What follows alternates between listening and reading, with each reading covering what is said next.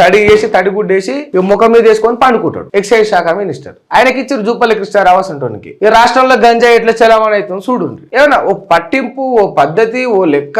ఎవడన్నా మంత్రులు ఇచ్చిన వాళ్ళు మంత్రి ఇప్పుడు ఎవరెవరైతే ఏ శాఖలలో ఉన్నారో వాళ్ళు ఒక్కరన్నా ఆ శాఖలకు న్యాయం చేయడానికి పోతున్నారా? నాకు అర్థం కాదు. కానీ నేను మొత్తం గ్రామాలను డెవలప్ చేస్తా, శిశు సంక్షేమ శాఖ మంత్రి నేను, అవి చెప్పు ఈ మంత్రులందరూ ఏడున్నారు అసలు?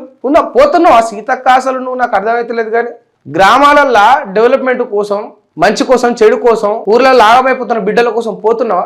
ఎండోన్మెంట్ లా గుళ్ళ మీద దాడి చేస్తే మా సురేఖక్క పోదు. జస్ట్ కాల్ మాట్లాడుతుంది అక్క, అఫీషియల్ గా సురేఖక్క ఒక కాల్ మాట్లాడుతుంది. ఎందుకైంది అట్లా, ఏమైంది అట్లా, అట్లా కావద్దు, అట్లా ఇట్లా చేస్తారు, అట్లా చేయొద్దు, అట్లా నేను సురేఖని మాట్లాడుతున్నా అయిపోయా. అట్లా ఫోన్ నేను కూడా మాట్లాడతా. ఒక ఫోన్ నాకు ఇస్తే పోయి పని చేయాలి కదా గ్రౌండ్ లెవెల్లో.